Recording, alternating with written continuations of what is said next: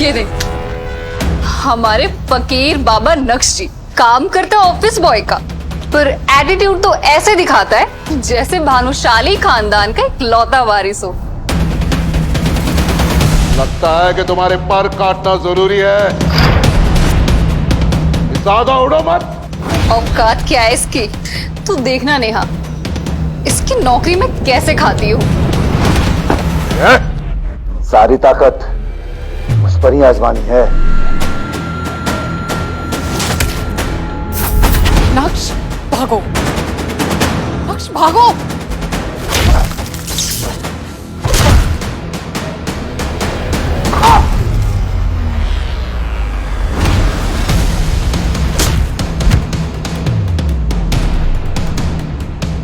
या अल्लाह, ये मुझसे क्या हो गया? मुझे माफ कर दो मालिक। ये नजारा देखते ही मैम्बो और जावेरी फैमिली के होश उड़ जाते हैं। बहुत बड़ी गलती हो गई मालिक। साहब, ये मेयर नक्श इस तरह क्यों पेश आ रहा है? आखिर क्या है नक्श का सच? ऐसा क्या राज है ऑफिस बॉय नक्श का जो उसके ऑफिस में कोई नहीं जानता?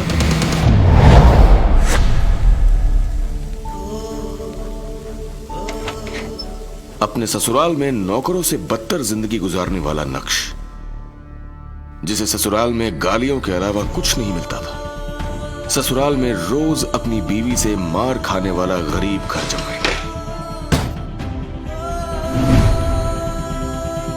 वहीं दूसरी तरफ विहान अनिका के साथ अपनी नजदीकियां बढ़ाना चाह रहा था, और ये देख नक्श के सिर्फ एक फोन कॉल ने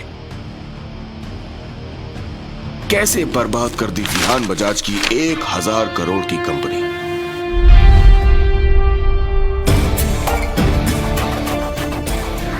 आखिर क्यों जूते और गाड़ी साफ करने वाले गरीब घर जमाई नक्श को देश की सबसे बड़ी company Bhanushali group of industries बनाना चाहती थी अपना सीईओ?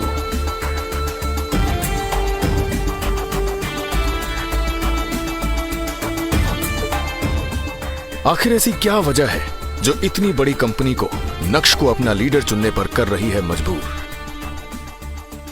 एक ऐसी कहानी जिसे सुनने के लिए लोग सैकड़ों रुपए खर्च कर रहे हैं, लेकिन सिर्फ आज के लिए यह फ्री है। नीचे दिए गए डाउनलोड बटन को दबाइए और पॉकेट एफएम ऐप इंस्टॉल करके सुनिए, या फिर बने रहिए हमारे साथ।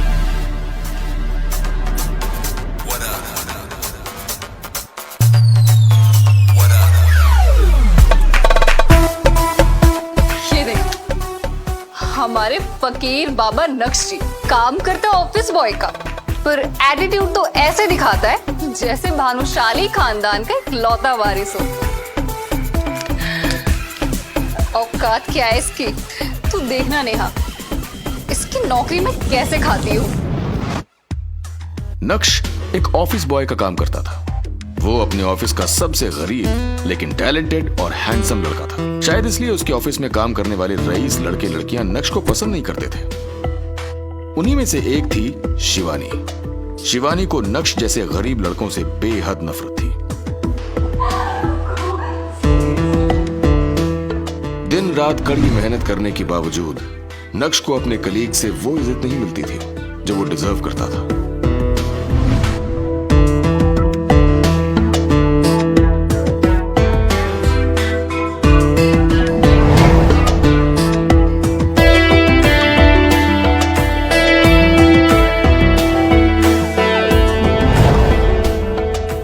पर नक्श का एक राज था जिसे कोई नहीं जानता था।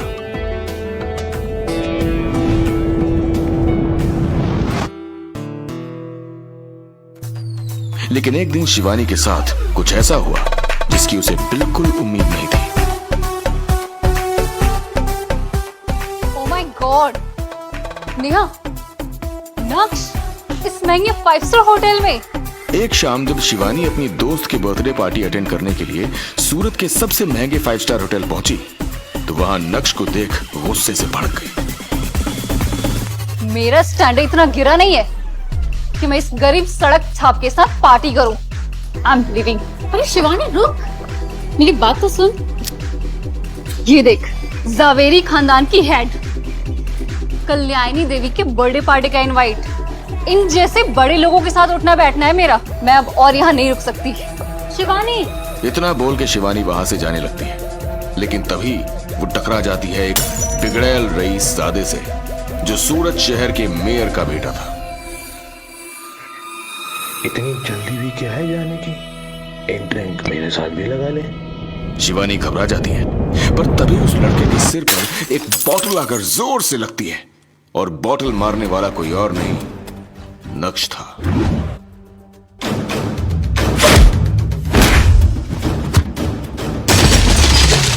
मेयर के बेटे के दोस्त नक्श पे झपट पड़ते हैं, लेकिन नक्श उन सब पर भारी पड़ता है।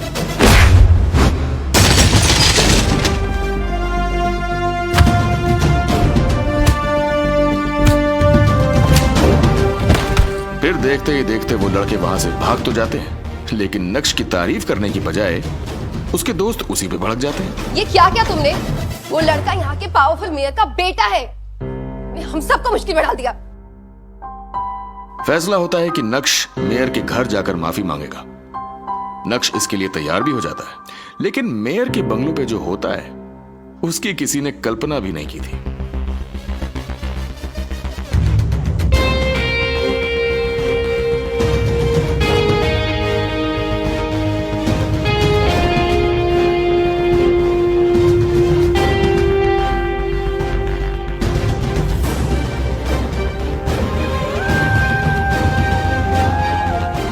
सबके होश उड़ जाते हैं जब नक्श को देख मेयर अपनी कुर्सी से खड़ा हो जाता है और अपने हाथ जोड़े नक्श की तरफ बढ़ते हुए कहता है, नक्श साहब, आपने क्यों तकलीफ उठाई मुझ जैसे गरीब के घर तक आने की? मुझे बुला लिया होता।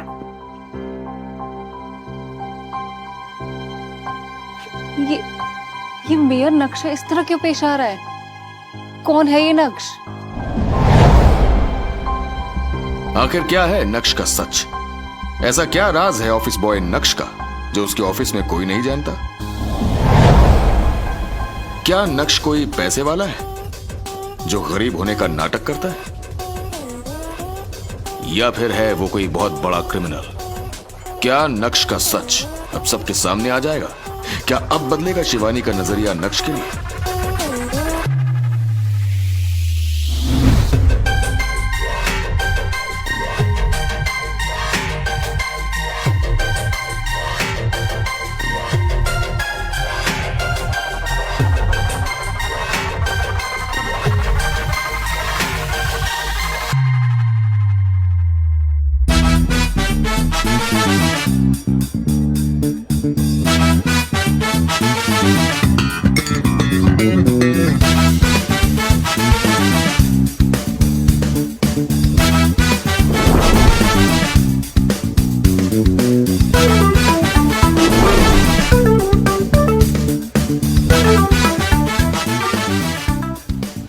कसम से एक दिन तुम्हें समझाते समझाते खुद पागल हो जाऊंगी। यार, ये बड़े लोगों की क्लास पार्टी में तुम्हारा पहली बार होगा, हमारा तो रोज का है।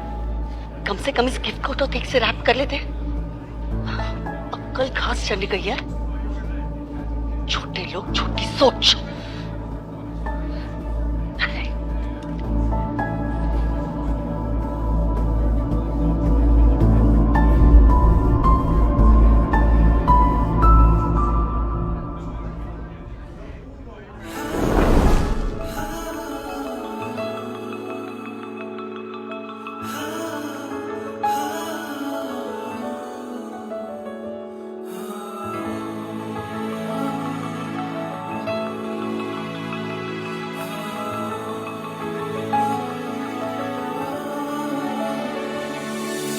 जो जुबां चुप है तो आंखों से कहना चाहिए।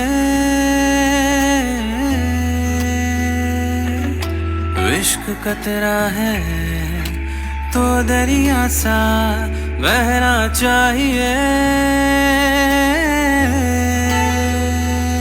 तू दिल में है, नजर में है, खबर में है। तू दिल में है, नजर में है। गरीब घर जमाई नक्श की रईसजादी पत्नी अनिका की दादी कल्याणी जावेरी का बर्थडे था। नक्श ने अनिका से प्रॉमिस किया था कि इस बार वो ऐसा गिफ्ट लाएगा जिसे देखकर जावेरी फैमिली के होश उड़ जाएंगे। ये क्या है? नक्श उस बॉक्स को खोलकर अनिका को दिखाना चाहता था कि उसने अनिका की दादी कल्याणी के लिए क्या लिया है। उसे लग रहा था कि गिफ्ट देखकर वो पूरी तरह से सरप्राइज्ड हो जाएगी।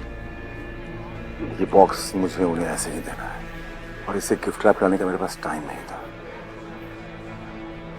छोड़िए ना, ये बॉक्स मैटर नहीं करता है, इसके अंदर रखा सामान मैटर करता है।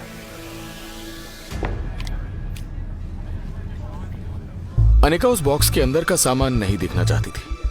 उसे लग रहा था कि अगर नक्श ने वो सामान अभी बाहर निकाला तो उसके लिए बहुत एम्बैरेसिंग हो जाएगा। नक्श, इस बॉक्स को भी खोलने की कोई जरूरत नहीं है।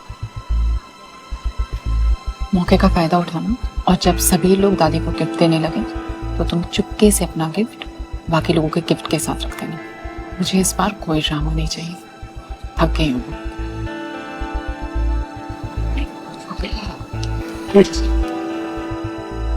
जैसा तुम बोलो।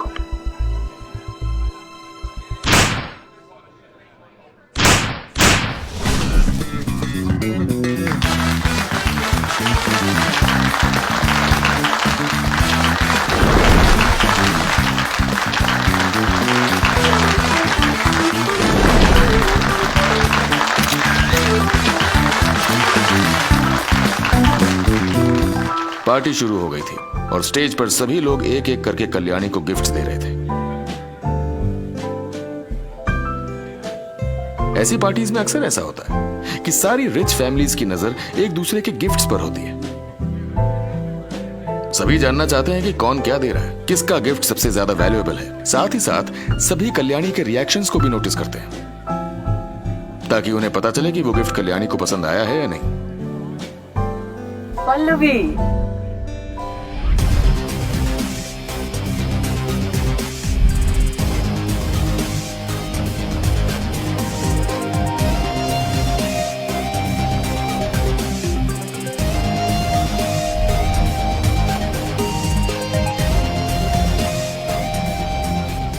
इन सभी तोहफों में जो लोगों ने कल्याणी को दिए, उसमें आज की रात का सबसे आउटस्टैंडिंग गिफ्ट तो शायद पल्लवी का ही होगा, जिसमें कल्याणी को हीरे का एक पेंडेंट दिया है जो एंशिएंट टाइम से अपनी खूबसूरती की वाहवाही लूट रहा है।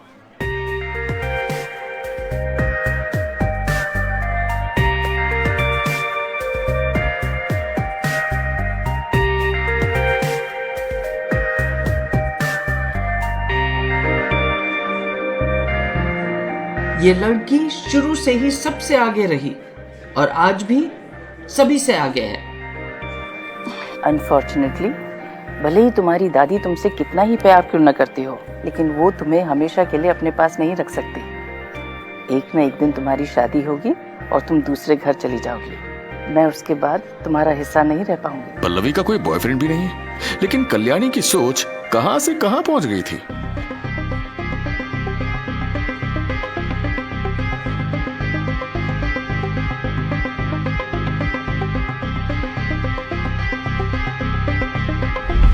कल्याणी पल्लवी को बहुत सेंसिबल समझती थी, लेकिन उसके अंदर बचपने की कोई कमी नहीं थी।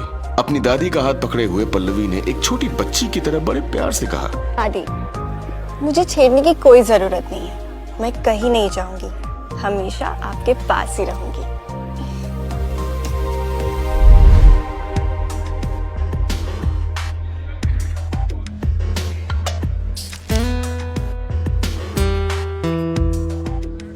पल्लवी की सीट नक्श के बाजू में थी। जब वो अपनी सीट पर लौटी तो उसने नक्श को कुछ बुदबुदाते हुए सुना। वो एक जेट पेंडेंट है ना, मुगल डायनेस्टी का, पैलेस में रखने वाला आइटम। बहुत खूब। पल्लवी ने भी कभी नक्श पर ध्यान नहीं दिया या फिर कभी रिस्पेक्ट नहीं की, लेकिन अभी पल्लवी की क्यूरियोसिटी नक्श के प्रति अचानक से जाग उठी थी। तुम्हें कैसे पता कि वो मुगल डायनेस्टी का जेट पेंडेंट है? तुम्हें इन सब की नॉलेज है? थोड़ी बहुत। वैसे कितना खर्चा किया इस जेट पेंडेंट के लिए? 1.5 करोड़। पल्लवी ने उस जेट पेंडेंट को अपने एक खास दोस्त की मदद से खरीदा था।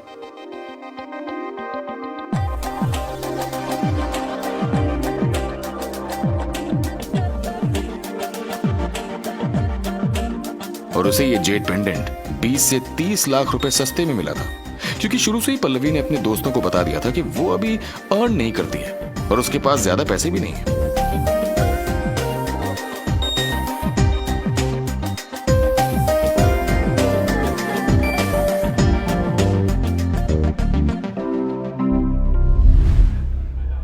तुम्हारा भारी नुकसान हो गया, क्योंकि उस पेंडेंट की कीमत 80 लाख से ज्यादा नहीं है।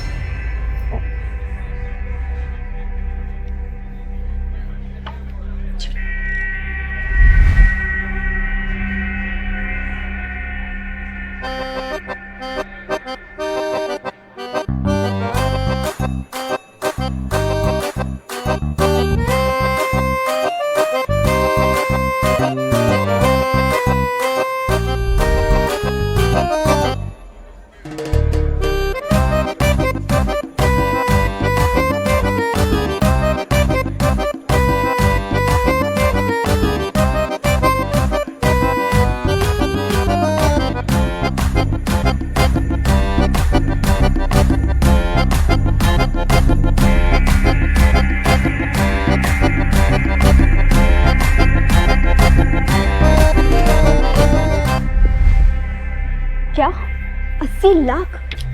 लेकिन ऐसे कैसे हो सकता है? मैंने मेरे खास दोस्त की मदद से खरीदा है। वो तो कह रहा था कि इसकी कीमत 1 करोड़ 80 लाख है। देखो, जेट पेंडेंट की क्वालिटी 3 कैटेगरी में डिवाइड होती है: लुक, लिसन और टेस्ट। अगर कोई जेट बहुत ही ज्यादा ट्रांसपेरेंट है और ग्लॉसी है तो समझ जाओ कि वो सबसे बेस्ट जेट है। लेकिन तुमने जो पीस दादी को दिया है वो इतना ज्यादा ट्रांसपेरेंट नहीं था, और उसका कलर भी ऑफ ग्रीन था और टेक्सचर भी अनइवन था। उसे हम मीडियम क्वालिटी का समझ सकते हैं, लेकिन नॉट द हाईएस्ट क्वालिटी। इसीलिए उसकी कीमत 70 लाख है। अगर तुम्हारा दोस्त तुम्हें डिस्काउंट भी देता तो भी उसे 30-40 लाख का प्रॉफिट होता, लेकिन उसने तो सीधा 90 लाख का प्रॉफिट कमाया। तुम्हारा दोस्त।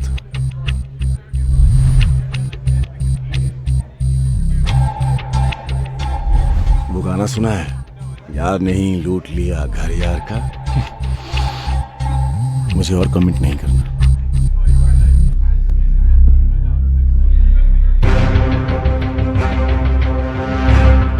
नक्श जो कुछ भी कह रहा था, पल्लवी उसे सुनकर दंग रह गई। उसे यकीन नहीं हो रहा था कि उसके दोस्त ने उसे चूना लगा दिया।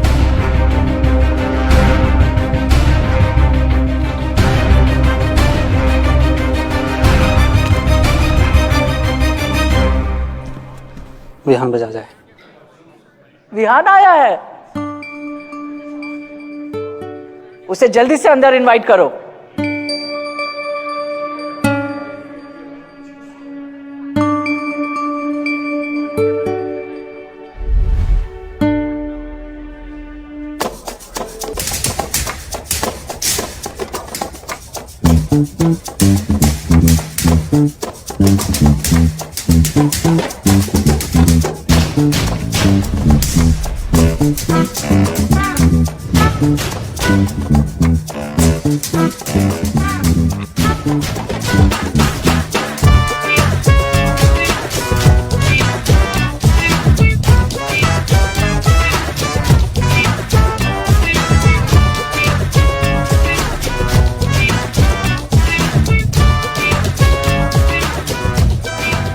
विहान के हाथ में कल्याणी को देने के लिए एक खूबसूरत सा गिफ्ट बॉक्स भी था। विहान के पास जो आखिरी पैसे बचे थे उससे उसने आज अपने लिए कपड़े खरीदे और कल्याणी के लिए गिफ्ट खरीदा। अगर उसे अपना गोल अचीव करना है तो आज उसे कामयाब होना ही पड़ेगा। कॉन्फिडेंस के साथ विहान कल्याणी के पास गया और हल्का सा झुकते हुए बोला, हैप्पी बर्थडे दादी।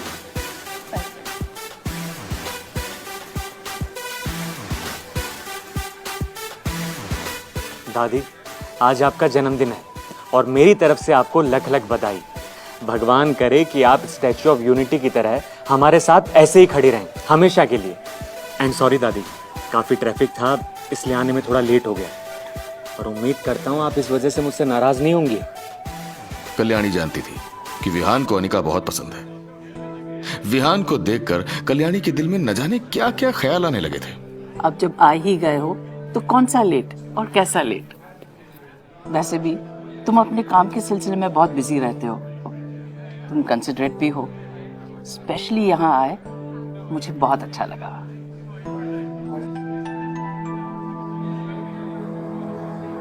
दादी, आज मैं आपको सिर्फ यहाँ तोहफा देने के लिए नहीं आया हूँ, बल्कि आपके यहाँ से एक खूबसूरत तोहफा ले जाने के लिए आया हूँ। मैं आपसे कुछ पूछना चाहता हूँ। दादी, मैं अनिका से शादी करना चाहता हूँ।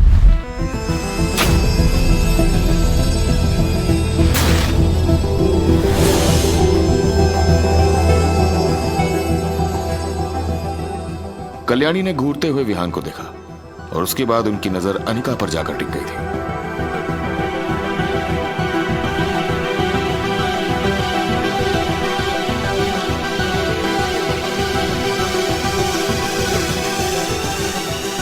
वैसे ही जावेरी खानदान के बाकी लोग नक्श को चुभती हुई नजरों से देखने लगे। भले ही अनिका की शादी नक्श से हो गई थी, लेकिन जावेरी खानदान में नक्श की औकात ऑलमोस्ट जीरो थी।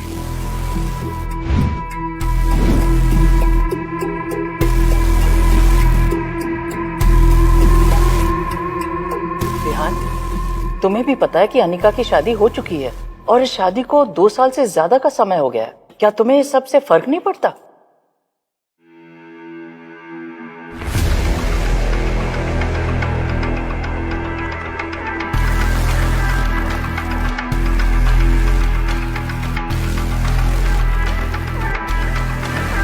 नहीं दादी, मुझे किसी चीज से कोई फर्क नहीं पड़ता।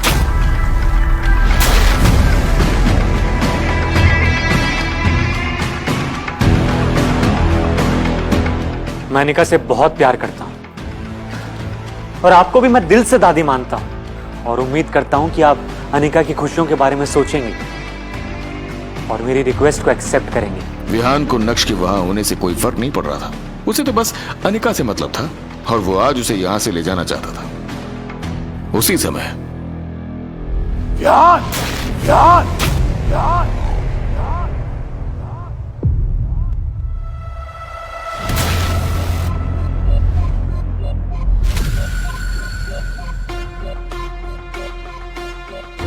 मुझे ये तो पता था कि तुम बहुत घटिया हो, लेकिन इस लेवल के घटिया हो कि मेरी बीवी तक पर तुम्हारी नजर है। शायद शर्म तुम्हारे घर पर कभी आई नहीं होगी। नक्श की आंखों में गुस्सा साफ दिखाई दे रहा था। लो, अचानक से मैम्बो अंकल इस मैटर के बीच में घुस गए। लो, यही बाकी था कि तुम्हारी जबान ज़वेरी खानदान के बीच चले। अब लगता है कि तुम्हारे पर काटना जरूरी है। ज्यादा उड़ो मत।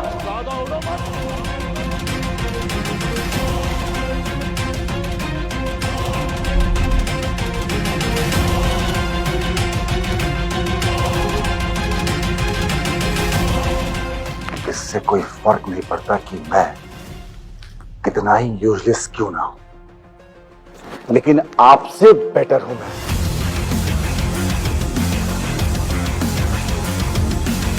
इसे इस भानुशाली ग्रुप ने कचरे की तरह निकालकर अपने ऑफिस से बाहर फेंक दिया था। इस सीन को देखकर जावेरी खानदान के कई लोगों ने अपनी आंखें बंद कर ली। मामला कुछ ज्यादा ही गर्म है। बचपन से ही कल्याणी ने हर बार मैम्बो अंकल को सपोर्ट किया था और इस वजह से वो सही क्या है और गलत क्या है इस बात का अंतर ही भूल चुके थे।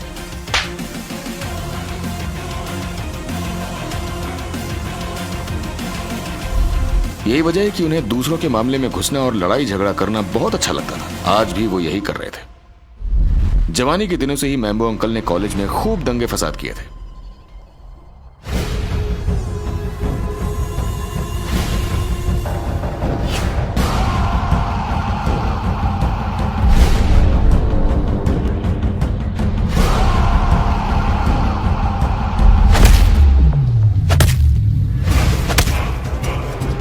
यहां तक कि सूरत के बड़े बड़े गुंडों के साथ में भी उनका अच्छा खासा उठना बैठना था और अभी भी है। नक्श तो उनके सामने उड़न खटोला है। एक पंच में पता नहीं कहां से कहां चला जाएगा।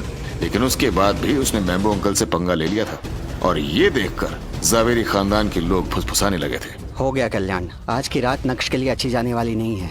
बरोबर छे, इसका कोई हक नहीं बनता कि यह हमारे जावेरी खानदान के बीच में कुछ बोले। किसी ने भी मैम्बो अंकल को रोकने का इनिशिएटिव नहीं लिया। सभी नक्श को मार खाता हुआ देखना चाहते थे। नक्श अभी भी अपनी जगह पर खड़ा हुआ था और उसकी बॉडी लैंग्वेज में कोई भी चेंजेस नहीं आए थे। उसके चेहरे पर डर दिखाई ही नहीं दे रहा था। साले कमीने, तेरी इतनी हिम्मत! खड़े खड़े क्या कर रहे हो? जल्दी करो और निकलो यहाँ से।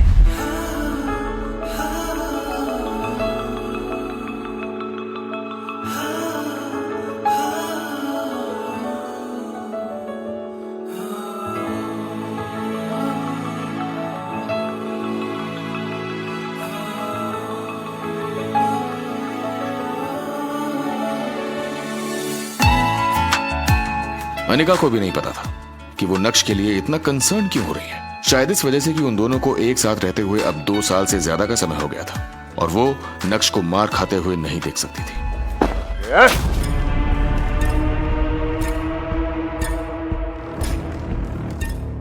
सारी ताकत मुझ पर ही आजमानी है। तू मेरे गुस्से और ताकत को नहीं जानता। कुत्ते कमीने, मैं तेरा खून पी जाऊंगा। सभी इस सीन को गौर से देख रहे थे। जैसे ही मैम्बो अंकल ने मुक्का मारने के लिए अपना हाथ नक्श की ओर बढ़ाया, वैसे ही नक्श ने तुरंत ही उनका हाथ पकड़ लिया। मुझसे बहुत लोगों को नफरत है ना। मेरी जिंदगी लेने का ख्याल बहुत बार आया होगा दिमाग में कि मैं कीड़ा मकोड़ा हूं तुम लोगों की नफ्सों, जो घुस आया है तुम लोगों की जिंदगी। मुझसे बहुत नफरत है ना, मुझसे घिन आती है। जब ये हाथ पड़ेगा ना तो बदबू आएगी। ये बोलकर नक्श ने मैम्बो अंकल की रिस्ट को हल्का सा ट्विस्ट कर दिया। सभी के कानों में सबसे पहले एक क्रिस्प साउंड सुनाई दी और उसके बाद मैम्बो अंकल के मुंह से जैसी आवाजें निकली जैसे मानो नक्श ने मुर्गे को हलाल कर दिया हो। ये बोलते हुए नक्श ने मैम्बो अंकल की छाती पर एक जोरदार मुक्का चढ़ा और मैम्बो अंकल हवा में उड़ते हुए कुछ मीटर दूर जा गिरे।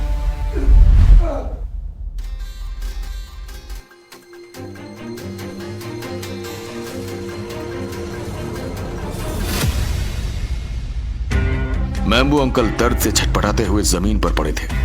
उन्होंने महसूस किया कि उनकी हड्डी पसली एक हो गई। दर्द के मारे वो बस चिल्लाते जा रहे थे।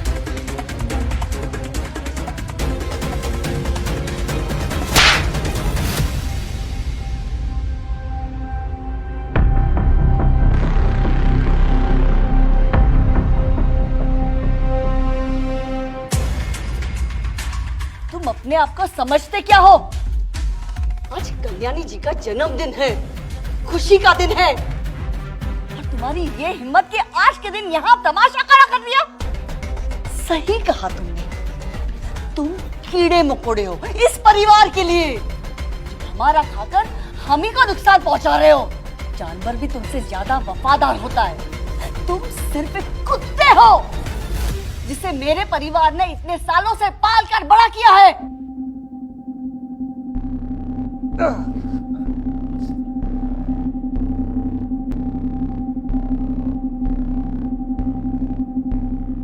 अगर तुझे भी लगता है कि इतना सब होने के बाद तो आराम से जी पाएगा, तो अब वो नहीं होगा। तूने सांप के बिल में हाथ डाला है। अगर मैंने तुझे आज जान से नहीं मारा तो मेरा नाम भी नवीन जावेरी नहीं है। जहां सभी लोग नक्श को देख रहे थे, वहीं नक्श का ध्यान मैम्बो अंकल की बातों पर बिल्कुल भी नहीं था। अपनी जगह पर खड़ा रहकर वो तो चित्रा को देख रहा था। पता नहीं क्यों, लेकिन जब चित्रा ने नोटिस किया कि नक्श लगातार उसे ही देख रहा है तो उसे बहुत डर लगने लगा था।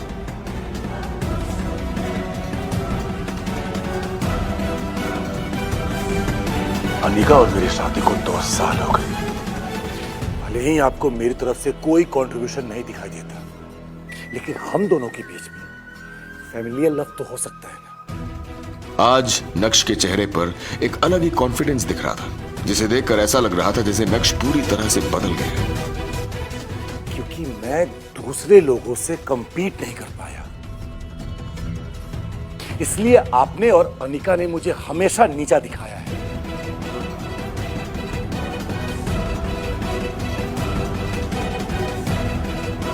इस थप्पड़ को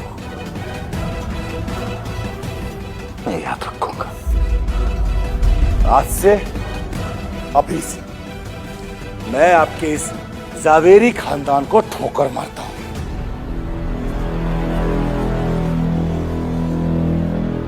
अरे इस छोटी जगह और आप जैसे छोटे लोगों के बीच में मैं कभी नहीं आऊंगा, जिन्हें इंसान नहीं, रुतबा और दौलत इंसानियत से बड़ा लगता है।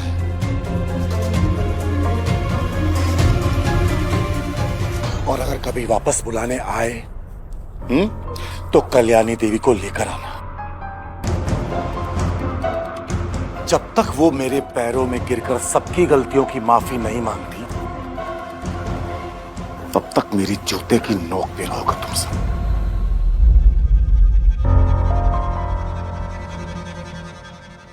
वहीं दूसरी तरफ नक्श की बात सुनकर वहां मौजूद सभी लोग एकदम शॉक्ड रह गए थे। किसी ने भी नहीं सोचा था कि नक्श जैसा कचरा अपने मुंह से ऐसे शब्दों का इस्तेमाल करेगा।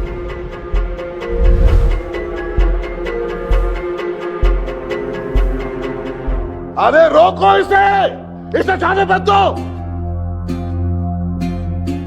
मैम्बो अंकल के आदेश का पालन किसी ने भी नहीं किया। कोई भी अपनी जगह से हिला तक नहीं। जावेरी खानदान में कौन नहीं चाहता था कि वो कचरा यहाँ से नहीं जाए।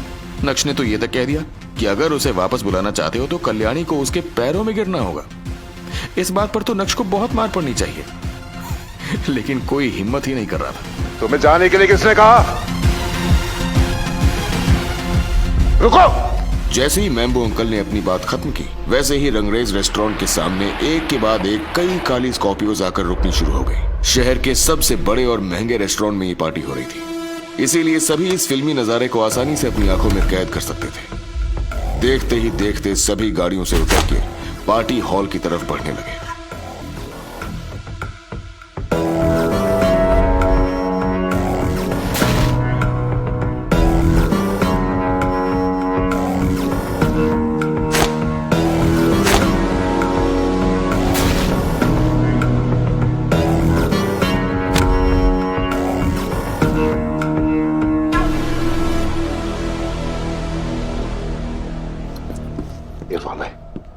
अल्लाह का शुक्र है कि आप जल्दी आ गए।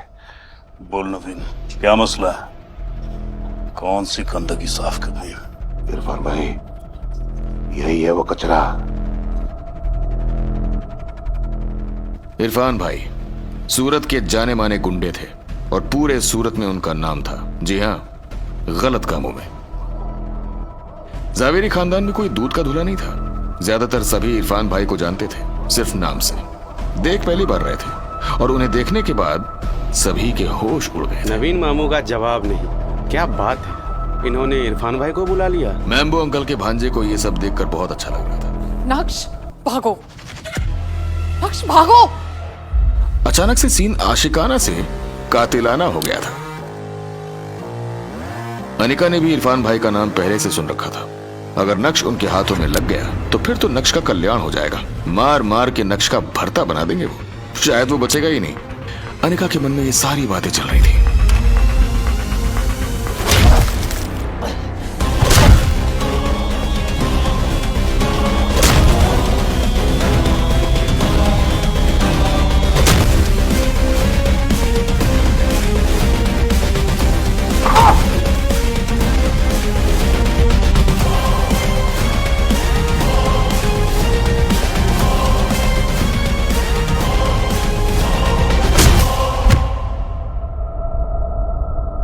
जब अनिका ने देखा कि नक्श अपनी जगह से हिलने का नाम ही नहीं ले रहा है, तो वो तुरंत अपनी जगह से आगे बढ़कर नक्श को वहां से ले जाना चाहती थी।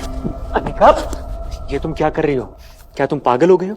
सामने इरफान भाई हैं ना, वो मेल फीमेल कुछ नहीं देखते हैं, उनका बस चाकू चलता है। अगर तुम्हें कुछ हो गया तो मेरा क्या होगा? किसी की भी हिम्मत नहीं थी कि वो इरफान भाई को प्रोवोक करे। इरफान भाई वाकई में काफी रुथलेस इंसान थे। तानाशाही दिखाते हुए बोले, भाई क्यों मेरे हाथों खून कराना चाहते हो अपना? मुझे मारना पसंद ही नहीं है, बल्कि बहुत पसंद है।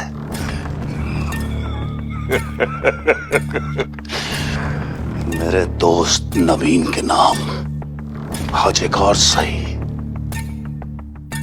किसी का जन्मदिन आज यहां मरण दिन होगा। क्यों अपनी मौत को दावत दिया? अब हो जाएंगे छोटे छोटे छोटे टुकड़े। जब मैम्बो अंकल ने इरफान भाई के मुंह से इन शब्दों को सुना तो वो प्राउडली नक्श के सामने जाकर खड़े हो गए थे और नक्श को ये दिखाने की कोशिश कर रहे थे कि देख ले बेटा, कौन बड़ा है, तू या मैं। उनकी आंखों में एक अलग ही चमक आ गई थी, जैसे मानो उन्हें पूरा भरोसा था कि आज तो उनके नाम का परचम लहरा के रहेगा। उस समय मैम्बो अंकल ने इरफान भाई को ही कॉल किया था जब चित्रा और नक्श के बीच हीटेड आर्गुमेंट्स हो रहे थे। और देखिए, उनके एक कॉल से इरफान भाई इतने सारे लोगों के साथ नक्श को मारने पहुंच गए थे। वैसे इतने सारे लोगों को लाने की क्या जरूरत थी इस नक्श के लिए, ये किसी को समझ में नहीं आ रहा था। 2 लोग ही काफी होते, लेकिन शायद मैम्बो अंकल ने इस बात को बढ़ा चढ़ाकर बोला होगा। वैसे भी उन्हें ये सब करने में बहुत मजा आता है। सभी लोग नक्श की ओर देख रहे थे और मन ही मन सोच के बैठे थे कि आज तो उसकी अर्थी यहीं से उठेगी। जल्दी करो, भागो। इससे पहले कि अनिका अपने कदम आगे बढ़ाती, विहान ने उसे फिर से रोक दिया था और अनिका आगे नहीं बढ़ पाई थी। इस समय इरफान भाई नक्श के करीब आ चुके थे और बस अब तो अनिका की हालत भी टाइट होने लगी थी। तो तुम हो जिसने मेरे भाई को मारा। क्या तुम्हें पता नहीं कि वो मेरा दोस्त है? 2 गंदे लोग हमेशा दोस्त ही होते हैं, लेकिन सिर्फ अच्छा इंसान वो बुराई का दुश्मन होता है। एक कुत्ता जिसे सिर्फ पूरे दिन भौंकना आता है, उसे सबक सिखाना जरूरी नहीं है।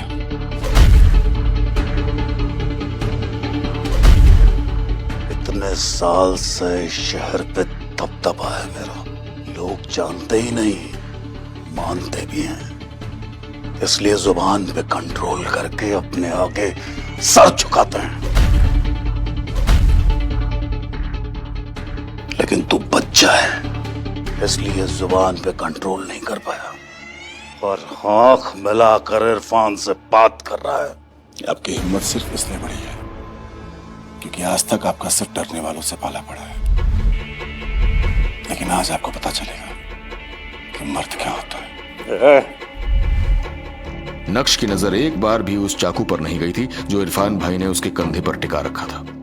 मैम्बो अंकल को यह सब देखकर बहुत मजा आ रहा था, क्योंकि नक्श इरफान भाई को गुस्सा दिला रहा था और इरफान भाई का तांडव तो मैम्बो अंकल पहले ही देखे हुए हैं, तो उन्हें तो नक्श का आधा कटा हुआ शरीर दिखाई दे रहा था और ये सब सोचकर ही उनके चेहरे पर मुस्कान आ गई थी। इरफान भाई को मैम्बो अंकल से बेहतर कोई नहीं जानता था। इरफान भाई को किसी का भी डर नहीं था, पुलिस का भी नहीं, क्योंकि उनकी तरफ से पुलिस वालों को हफ्ता पहुंचा दिया जाता था। ऐसे में अगर अनिका को लग रहा है कि उसे पुलिस को कॉल करना चाहिए और पुलिस आकर नक्श को इरफान भाई से बचा लेगी, तो ये केवल एक सपना है। किस खानदान का लहू तेरी रखूं मैं? हाँ? पता नहीं क्यों, लेकिन इरफान भाई को नक्श को जाना पहचाना सा लग रहा था, लेकिन वो ठीक से याद नहीं कर पा रहे थे कि उन्होंने नक्श को पहले कहां देखा है। आप लोगों की खुद तो बेहतरी है, जो कमजोरों को नहीं डराते और ना ही उनको पर हाथ उठाते। हमारा हाथ हमेशा इज्जत बचाने के लिए उठता है। नक्श के चेहरे पर ना तो कोई डर था और ना ही कोई शिकन। ऐसा लग रहा था जैसे नक्श के शरीर में कोई भूत आ गया था। नक्श की बात सुनकर जावेरी खानदान के लोग पूरी तरह से शॉक थे। उन्हें लग रहा था कि नक्श खुद ही अपनी मौत को इनवाइट कर रहा है, लेकिन उससे भी ज्यादा लोगों के मन में यह सवाल था कि नक्श में अचानक से इतनी हिम्मत कहां से आ गई थी कि वो इरफान भाई से भी भिड़ने को तैयार खड़ा था। इरफान भाई, इस लड़के को बोलने की जरा भी तमीज नहीं है। आपसे किस तरह बात कर रहा है, अभी दिखाता हूं इसे। ये बोलते हुए मैम्बो अंकल नक्श पर हमला करने के लिए पूरी तरह से तैयार हो गए। नक्श ने घूरते हुए मैम्बो अंकल को देखा।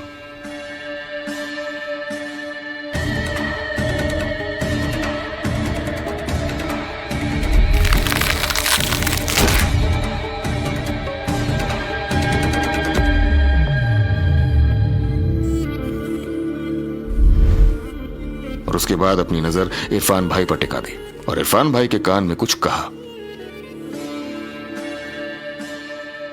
जैसे ही नक्श के मुंह से शब्द बाहर आए, वैसे ही इरफान भाई के चेहरे के एक्सप्रेशंस पूरी तरह से बदल गए थे। ऐसा लग रहा था जैसे कि इरफान भाई को अपना अतीत याद आ गया था। नक्श की बात सुनकर इरफान भाई को याद आ गया था कि उन्होंने नक्श को कहां देखा था। अचानक इरफान भाई ने अपने हाथ में पकड़े उस चाकू को फेंका और तुरंत ही नक्श के सामने हाथ जोड़कर झुकते हुए बोले, या अल्लाह, ये मुझसे क्या हो गया? मुझे माफ कर दो मालिक। ये नजारा देखते ही मैम्बो और जावेरी फैमिली के होश उड़ जाते हैं। बहुत बड़ी गलती हो गई मालिक। जिस इरफान भाई के सामने सारा शहर झुकता है, तो फिर अचानक इरफान भाई क्यों नक्श के सामने झुक गया? ऐसा क्या कहा नक्श ने इरफान भाई के कानों में जो उसके पैरों तले जमीन खिसक गई? किस बात का डर है इरफान भाई को नक्श से जो उसके सामने हाथ जोड़कर झुक गया? क्या नक्श अब इरफान भाई को ऑर्डर देगा और मैम्बो अंकल को सजा दिलाएगा? क्या नक्श की पत्नी अनिका नक्श को तलाक देकर विहान बजाज से शादी करना चाहती है? मुझे माफ कर दो मालिक। मैम्बो अंकल और कल्याणी देवी नक्श से अपनी बेइज्जती का बदला लेने के लिए अब क्या चाल चलेंगे? माफ कर दो मुझे प्लीज। नक्श, अपना तोहफा अपने साथ लेते हुए जाओ।